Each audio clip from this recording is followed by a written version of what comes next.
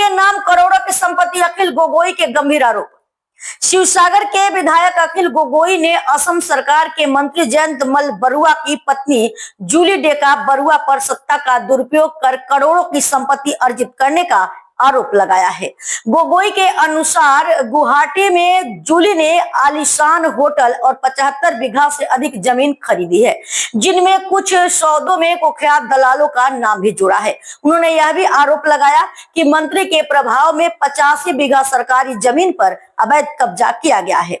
सरकार और जांच एजेंसियों की चुप्पी पर गोगोई ने गहरी नाराजगी जताई है। मंत्री जयंत मल्ल बरुआई एकेदिनाई 26 एप्रिल 2023 तारिखर दिना एकेदिनाई प्राय 40 बीघा माटी तेखेते किनिছিলে रंगियात 40 बीघा माटी और ताते 85 बीघा माटी हे रंगियाते तेखेते बेदखल কৰি ৰাখিছে। মই ৰিপিট কৰি দিছো, কাৰোবাৰ ভুল হ'ব পাৰে। सरकारी माटी 85 बीघा बेदखल কৰি ৰাখিছে ৰঙিয়াত।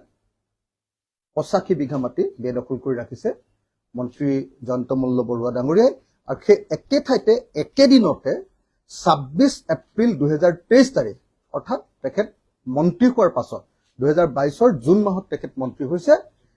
23 सনৰ एप्रिल माहर 26 तारिखर दिना तेखेते 40 बीघा माटी किनिছে। तार आगत आपलोक सकलोৱে জানে যে তেজপুৰতো তেখেতে একেলগে বহুত মাটি কিনিছিলে। তাৰ তথ্য আমি ৰাজহুৱা কৰা নাছিলো, আনসকলে ৰাজহুৱা কৰিছিলে। আজি মই আপোনালোকক এখন হোটেল দেখুৱাব কৈছো গুৱাহাটীত, নিৰ্মীয়মান শেষ হৈছে, বনাই শেষ হৈছে এখন হোটেল। এই হোটেলখন আপোনালোকে চিনি পাইছেনে? এই হোটেলখনত KFC লিখা আছে, দেখিছেনে?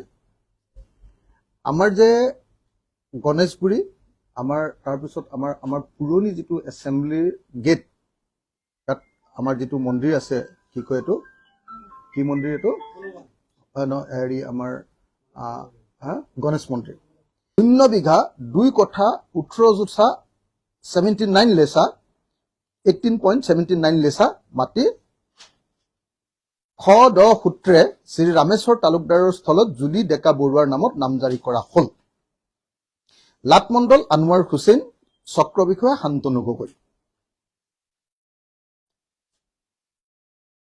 প্ৰতিবেদন মৰ্মে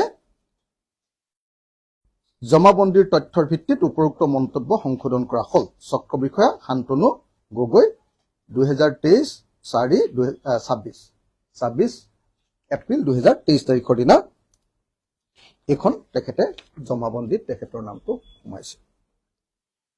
এতিয়া মই আপোনালোকক সুধিব খুজিছো যে এজন মানুহৰ কিমান টকা থাকিলে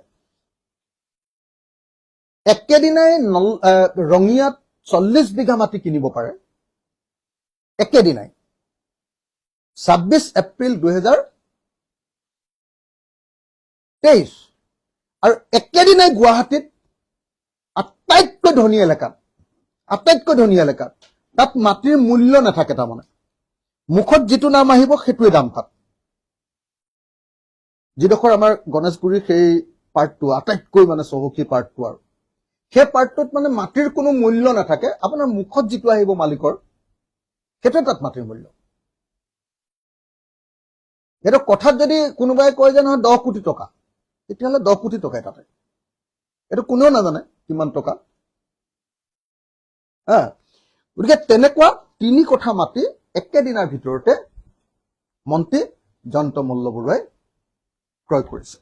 মই আপোনালোকক মাটিৰ পট্টাখন দি দিলো, আপোনালোকক হোটেলৰ তথ্যখন দি দিলো, আৰু হোটেলখন চবেই চিনি পাব এতিয়া, কাৰণ সেইডোখৰ যিখন KFC, সেই KFC খনত গৈ আপোনালোকে একাপ কফি, মই কালি কোল্ড কফি এটাও খাই আহিছো তাতে, জুলি ডেকা বৰুৱাৰ নামতে হয়। আৰু ইণ্টাৰেষ্টিংলি মই আৰু বহুত বেছি কথা ক'ব নোৱাৰো, কাৰণ প্ৰচেছ চলি আছে। ইণ্টাৰেষ্টিংলি ছাবচিডিৰ কাৰণেও বোধ হয় আকৌ যেনেকে গৰুৰ ছাবচিডি 50 লাখ পাইছিলে, এবাৰ হোটেলৰ ছাবচিডিও চাগে কাৰণে প্ৰচেছবিলাক চলি আছে। নামটো হোটেলৰ ঠিক হৈ গৈছে, Kailash residency hotel, 3 star hotel এখন। এনে দেখিবলৈতো বেয়া লগা নাই, ভালে লাগিছে নহয় জানো? আপুনি বিল্ডিংটো ধুনীয়া হয় নে নহয় একদম ধুনীয়া বিল্ডিং এটা তেখেতে নিৰ্মাণ